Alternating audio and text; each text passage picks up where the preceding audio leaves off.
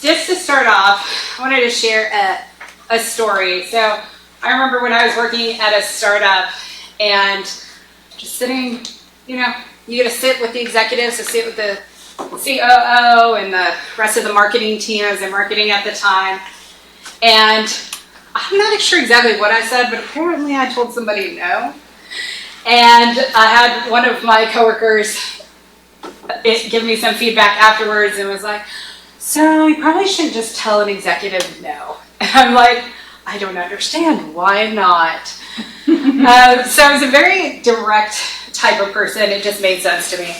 But that was also, I think, partly a time where I decided, okay, maybe I need to think about how I say things. And even though it makes sense to me, and I'd rather have someone be direct with me if something's going to work or not everybody's like that. And so that's what I think about when I think about all of our interactions in the workplace. Like sometimes for us, we're like, yes, just be direct, just give me the information. Or maybe you're like, I'm a little sensitive on that subject and I don't want your feedback that to you is constructive. So there's all these interactions that happen, and I think every day we're kind of navigating what goes through there. So ultimately, well, first, before I get into my part, I want to thank the sponsors. Just flash that up here. We're sitting in Macomb, so that's really awesome. And then obviously chat about the other ones. So what we're going to be going through today during our time together. I will do an official introduction in a moment. Then I want to talk about the challenges and even have you all weigh in on what are some of the challenges that you're facing in your interactions at work. Then share a few tools and tips. These are really ones that you can take back and start using next week. So these are ones take back, start using. And then like I said, I want to hear from you what might be something that you're interested in that we can actually do a little mini coaching session on. So during our time together, my name is Lani. My role in this is going to be sharing insights, sharing my expertise based on what I've experienced, and then also my learnings along the way. For you all as those participants, I do ask that you ask questions, also share your insights. I know that my experiences are my experiences. I also know that you all have different ones, and so I want to hear those. Ultimately, my intent for this session is that you find at least one thing new that you can take back, and that's really going to help you to build your relationships at work. And ultimately, I believe that if we build those relationships, we're going to deliver those results. Is there anything else that y'all maybe would add to this alliance of how we want to interact today? Can you tell me more about the impetus for the title? Yeah, sure. It's a great question. Throughout the years, I think since I've been in tech, probably over 15 years, the one thing that I feel has always happened is that there's some new technology that gets introduced. So we found it with cloud, all the digital transformation. Now we're going through it with AI. There's always this period of time where people are like, oh, okay, this is going to take over. Tech is going to be the winner. All right, everything's all good. The one thing that always is both a challenge and also a benefit is that the human interactions are always there. How we do it may change, but it still matters. So even with AI, we still are going to have to figure out how do we interact together, and not for this talk, but maybe in a future one, even how we interact with AI. So I want us to, it's a theme I've seen throughout the years, humans are still at the center no matter what the tech is. Yeah, so thank you for that. All right, so official introduction. So my name is Lani Dame. I've been working in tech for over 15 years. Started off in marketing and then really landed in product marketing when I was working at a startup and then also at IBM. I would say throughout my time in marketing, one of the things that I discovered is that what I was really good at was bringing people together and building teams. And that ultimately led me to doing that at an organizational level. And what I enjoy is digging into the human brain and then thinking about our psychology, how we think, thinking about how we interact, and then how that expands to organizations. So I want everybody, we're always going through change, so I want us to be able to change and have a little bit of confidence in. So when I was asking Gemini, throwing some AI in there, I use that. What are some of the common product manager challenges? These were some of the ones that came up. So I'd love to hear from you all. Do any of these resonate? Is there anything that you would add? I see some laughs. Yeah, Joe, how about you? Lack of prioritization. Lack of prioritization. Okay. Okay, and I'll out myself. I am a project manager first. I also am a certified product manager, but right now I'm in a project manager role, so. All right, so you're feeling that lack of prioritization? On the part of the product managers, yeah. Eric? I think that's a pretty good list. I think the first two sometimes get merged and it's maybe changing priorities. Yeah, or everything's a fire drill. Yeah. Yeah, Crystal. The biggest thing I've seen is that teams that are supposed to be cross-functional want to operate as black boxes. I will tell you what you can give to me, and I'm not going to collaborate with you. I will give the thing back. Very one way communication. It's just another way of That's a good describing a description. silo though, right? Yeah, I know. People who actually can't get along with each other and you're in the middle. Okay. So like I've had to have separate meetings with this pair of people because if they both end up in the room, it's gonna be intense. You've got to be the mediator. Yeah, as well as try to get the work done. Awesome. Yeah. So I think part of where you're going with this is, like lack of prioritization is not actually the root challenge. The root challenge is a people challenge. And that's something that I definitely noticed. Like, people are trying to come up with all these like prioritization frameworks and things like that. It's like, you need to address the people and culture challenge. Yeah. Yeah, that's a great point, Rogers. You all have probably been there. Hey, okay, we're going to solve it with this new system, this new process, which by the way, I'm a super systems person process, so I get it, I love it. But at the same time, yes, people, yeah. Yeah, so I actually work in data analytics, and I have like sort of brief experience, but we tell them, hey, we've analyzed this data, this process that you want us to use. It's technically not AI, it's more of just an algorithm, but we tell them, hey, 80% of what this algorithm gave us, it's not functional, it's not working. And they want to focus on the 20% that actually worked and say, oh, this is perfectly fine. So I guess it's more of a lack of prioritization as well, but instead of improving anything, they just want to focus on showing this is obviously a complete success. Okay. I mean, saving face. Yeah, in a way. A little of that toxic positivity, right? Yeah. I guess toxic positivity, that's the perfect way to. Awesome, we'll do two more and then we'll go on, yeah. So Jason mentioned, everything's a priority. Reflect back, we used to have a VP that everything was a priority, and we finally convinced him you can't have everything on rush. You have to limit it to 3 or whatever it was. I'm in a startup now with a CEO with the same problem, but we've been unable to change his mind. Like we were able to finally convince that VP back in the day.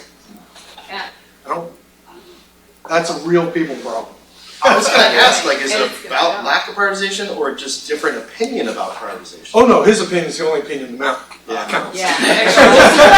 But obviously you have a different one, right? I mean, obviously you have a different one than his. Hey, Al, we're gonna sit us back Sorry, and add sorry. some to the alliance. We're gonna do one person at a time, and just so we can let it flow. All right, Katie. Yeah, your story about maybe too bluntly saying no to an executive. I've also found that it feels like reading tea leaves to figure out how and when to approach executives, and there are just so many factors to consider. So learning that is a big challenge. Yeah. All right. Yeah, I do feel like we could go on because this almost feels like that outlet, right? Which is actually one of the benefits of coming to a conference because you can commiserate with each other. You're like, yes, this is what we go through. And Roger over here, start jumping ahead, but that's fine. Yes, everything that we're talking about here is a outward symptom. But ultimately, to solve it, you've got to think more at that people level. And most likely, you're interacting at a lot of different levels. So you're working individually with people, whether you're having one-on-one conversations, whether you're working with someone, you're working in a team. So then you've got to figure out, okay, how do we as a team move forward together? And then you also may be influencing or working with a larger organization. How do I help the whole organization move in the direction that we want to go? Which makes me think about, like, when I was in product marketing, how do I make sure that whole sales organization focuses on how we want to sell? So I'm trying to think through, how do I get that moving? So I bring this up because some of what I'm going to show is going to focus a little bit more on that individual and team. Once you get into organization, you start going into more larger ways in thinking of scaling. So I'm not going to focus on as much organization today. I do love that level, but what's most actionable is going to get you at that individual and team level.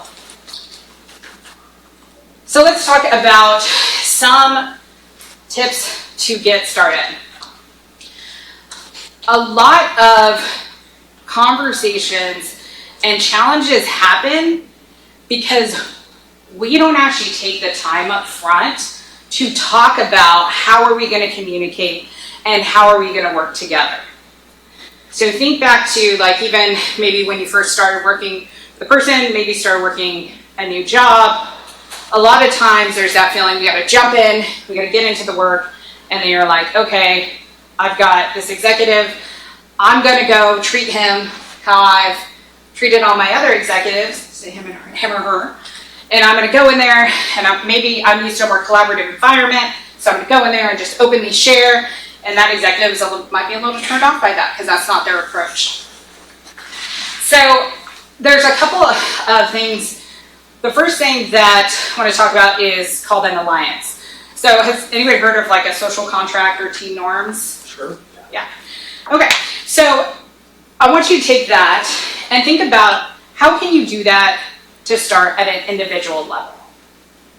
So when you're first coming into a conversation, and maybe somebody you first meet, which actually is a great time to do it because there's no expectations, you don't have some of that history. So you can say, how do we want to work together? How do we want to communicate? So some of the top topics to talk about: communication, kind of work style, even asking them, what matters to you? At the end of the day, what matters to you to get done? Back to thinking about executives or anybody in, like, leadership. This also goes to thinking about, some people are more relational, so they're thinking about, I want to make sure maybe that how does it impact the customer? I want to hear the customer story. That's important. You want to show that. Or maybe that person is a little bit more analytical. So for them, do you have the data? Do you have that input in there? So you don't have to call it anything, but just have a beginner conversation, or even if you're working with somebody that maybe you're having some kind of conflict, you can just say, hey, would you mind if we just take a moment? And I kind of feel like maybe there's some things that we've assumed of how we're going to work together. And I want to get some of that down so that we can have an agreement of how do we want to, going forward, work together. Has anybody had a conversation like that before? You shared. How was that? Yeah, I build internal products sometimes, and so the internal folks are our clients, and they have challenges with, they have their own level of reporting structure that they need to report our progress on too. Yeah. So it's important to understand, okay, so if their boss is some different executive than I report to, what is important to that executive and how do they report up to that person? Thank you for bringing that up. That's a great point. Especially if you're working more as, say, a shared service or working across teams. I'm trying to remember who was sharing with this, but I think we were talking about, like, the UX. If there's one UX person for multiple product managers, it's like, how do they make their decisions? Because they're getting pulled from all these different areas, and then probably each product manager is getting pulled and being told different things. So again, a lot of this stuff, we just go into a situation and we just assume. So the biggest thing is how do you get that, lift that kind of assumptions and get it down in a way that can be documented. I think there's a lot of like baggage to uncover. So I have like 2 executives that I work with who have completely different perspectives. One of them is extremely data driven and he's like, you gotta show me the numbers. It's all gonna come out in the numbers. The other one is very much sort of empathy driven, just like user empathy driven. But they each have their past stories of why they came to that, right? Like, one of them had bad experiences with the empathy-driven approach and was like, no, it's all about the data. The other one, vice versa, right? So, one of the things that I've found is you can't just like be like, what do you need in order to be able to make decisions or to support decisions? You actually have to sort of go beyond that and almost be like a therapist and like start exploring their background and how they've come to make decisions in the way that they do. Yes. Roger, that's a great one. There's a term in the organizational relationship systems coaching that they call like ghost and like time spirits, which is all the like, think of the ghost as like a CEO that gets fired. That CEO probably already had a lot in place. And so that becomes kind of that culture, and the same thing with those people. It's like finding out about their background. So yeah, thank you for bringing that up. It's a great point. All right, so I want to move on to the power. So power is it's something that you can use in facilitation. So if you need to facilitate a meeting, again, you can still use it one-on-one, and you can also use it for organizations. So power stands for purpose, outcomes, what's in it for me, engage, and role and responsibilities. So this is where before you go into, again, a workshop or anything, you can think about those elements of power and say, okay, how am I clear on the purpose? Have I clearly explained that? Have I clearly explained the outcomes? What are the deliverables? The W to D is one of the most important. What's in it for me, especially when you're in a meeting, because everybody's like, why am I here? What am I doing? So the what's in it for me is extremely important. And then the engage is what is the level of engagement that you want. So even at the beginning, I talked about that, right? I said, I want this to be interactive. So like otherwise, you'd probably be like, I'm just gonna sit here and listen. So being clear on that, also being clear on the roles and responsibilities. Again, I set that up front. My role, sharing some tips, but you all also have a lot of value to add. So power, highly suggest using that one. Then this is just a tip that you learn a lot in marketing because you have to think about different people. But this is one that when I started using it, even back when I was a designer and offering people different options, of having 3 options. So you all know this concept. Because you think about when you're selling, especially if you're selling software, you've got your different tiers. So you're like, what's my good, better, best? And you've got it on there. So sometimes when we go in sharing an idea, we're really like, this is the idea, this is the thing I want to present. The thing is, those other people haven't been on that journey with you to that idea. So sometimes it's great to show some other options that may be variations, and you can even throw one in there that is like, I use this all the time in project management to push back on stakeholders that are like, this is what I want. I'm like, cool. So this is what it looks like if we do what you want, how much it's going to cost, how much it's going to disrupt everything. Here's another way we could do it. Here's how I recommend we do it. What would you like to do? Love it. See, Crystal's already got it. She's got it down. Talk to her.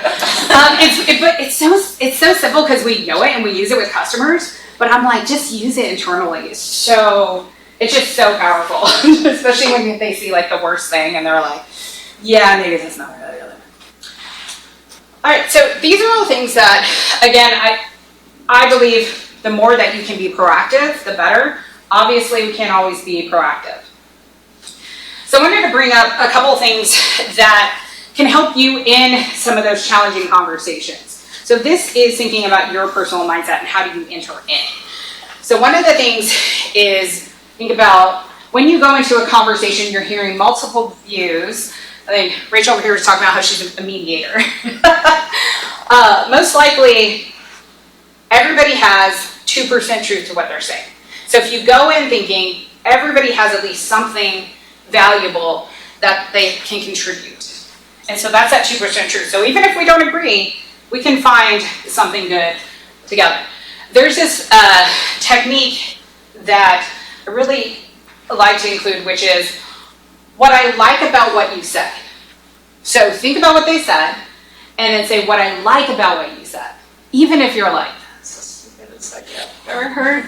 No, don't want to do it, but maybe it's like, what I like about what you said is you consider the customer. And we also need to think about how do we make sure we're incorporating X, Y, Z. So very, like, again, what I like about what you said, highly suggest incorporating that. Then thinking about how do you go in with some of that curiosity, empathy, and sociability. So there's some aspects of how you can do this. When you're interacting with people, even as you're talking, saying, hey, we're here together, using we, us kind of pronouns, even your choice of words is important. And then also using names. So again, I've been trying to model a lot of this. So as people have name tags, using people's names is very important. So there's certain little key things that you can do to really remind people of that. And then I wanted to bring up this cognitive appraisal theory, which comes from psychology, obviously, but kind of learning aspects, but really centered around like burnout. So I know everybody gets like overwhelmed, especially with a lot of layoffs, and you've got fewer people. So cognitive appraisal theories is something that you can think for yourself and kind of go through when you're having that sense of overwhelm, like that primary thinking about like, is this really, like how big of a challenge is this? Is this really something that needs to consume my time? Because maybe we're worried about something that it may resolve itself is not as big. And then the second appraisal is to think about what resources or people that I can reach out to do I have at my disposal that can help me with this? So if you ever feel like you're spinning, you can think about those too. And then think about like, okay, is there a gap here? If it really is a big challenge, how can I up my resources and maybe get some help to then get to the point of resolving past this? All right. 30 minutes goes fast. All right. So I want to at least like take one scenario and at least walk through the process of thinking about it. Because everything I've talked about are like little tips that you can use, but there's also a benefit of having someone else who can kind of think about, help you work through the problem. So who has a not crazy ass big problem? Maybe not a just quick, but kind of like an in-between one. That they're like, hey, I'm having this people issue and I'd love to work through it out loud. You capped it at crazy ass big problem. I know, I can't solve that in 5 minutes. Anybody have like a medium? Yeah. I am working with someone who is a little bit of a micromanager, and they are not a technical person, and they want to get into technical details. I'm trying to keep them out of that so that they don't get bogged down in the weeds. Okay. All right. And tell me your name. Maureen, sorry. Maureen. It's late. Okay, Maureen. And how often do you work with this person? He'd like to work with me daily. I'm trying to get him to only interact with me weekly. All right. Wow. And what's your role? I'm a product manager. Okay, so you're a product manager. So this is your manager that you're working He's with? not. He's not your manager. So is he a stakeholder? He is a stakeholder, yes. Okay. So have you had any previous conversations with him about what is important to him? What are the results he's trying to drive? Yes. Okay. It's an internal product. He's trying to have his team work more efficiently and time and cost wise. Okay. So he's trying to get his team going. And then, so when you go in, what's the technical pieces that he's trying to dive into? Well, we're using generative AI, and he wants to understand the prompt engineering that we're trying to do. And he's not an engineer, he's not a product person, he's an operations person. Okay. So, And what are you trying to get from, like, what do you need from him? I need him to give us a little bit more space to work and experiment. It's our first time trying to do this, and we can't promise that we'll have something new to show him every single day. Okay. Have you shared that with him? Okay. How have you, I have shared that in meetings, in written communication, and then we do try to show him things when we do have them, so that he doesn't feel like he's missing information. Yeah. And so when you say meetings, are you meeting one-on-one or are you meeting? Right now, it's kind of a big group. That's another maybe related issue. It's, you know, you set up a meeting with 3 or 4 people, and it gets forwarded a whole bunch, and then there's a lot of people on the call. Okay. So you've been meeting with him in a group, but you haven't met with him one-on-one? But yeah, I've not met with him one-on-one. Okay. So that, to me, is like the first because especially, you have to think, especially when someone's in a group, they're most likely just thinking about, like, how can I, like, keep my authority, kind of save face. So it's not always the best time to have that kind of conversation of saying, hey, like, could we focus on this? So I would definitely suggest thinking about, like, what are some of those initial alliance questions that get, and motivation questions, and have that one-on-one conversation. Because until you do that, you don't have enough information to say what you need to do. And again, he's probably like, oh, I'm just trying to help out. So I would highly suggest for that one, having that one-on-one conversation. Have you used, you said you've used some of the alliance tools, haven't you? Yes, we initially, we wanted a weekly meeting, and I tried to push back because we work in 2-week sprints. Yeah. So that we'd have something demoable to show him every 2 weeks. Yeah. And he's really pushing back hard on that. So now I'm gonna give him a weekly update via email to try to avoid too many meetings with a huge group of people. Yeah. So I would then suggest even looking at some of the power elements and thinking about those pieces of how you can, again, get to the core of what's in it for me. And I didn't include this in there, but the big part of a lot of these conversations is asking questions. Like, that goes to the curiosity aspect of like, not just going in and assuming, like, that you have the answer, but just, like, go in there and say, you know, I'm really interested in, like, what are you trying to accomplish? Like, what are you hoping to get out of this? And I'd love to hear, like, are you open for me to share, like, my opinion of where we're at? Hey, this is an experiment. It's the first time we're doing it. We don't know everything, and for us to be in such a tight timeline of updates can be very restricting, and I don't feel like we'd be able to give you the results that you want based on this. So can we think about what could be a cadence that would get us closer to getting what you want, and also being able to give us the space to deliver? Do you feel comfortable? How do you feel about jumping in that conversation? I feel okay about it. I'm worried that he's just gonna say no.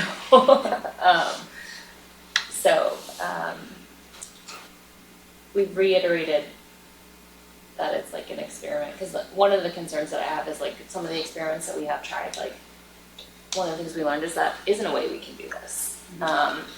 And so that's sort of what I worry about with, like, having really frequent updates, is that he's gonna hear, like, oh, that didn't work, and, like, sort of immediately jump to, like, oh, this isn't working, let's scrap the whole thing.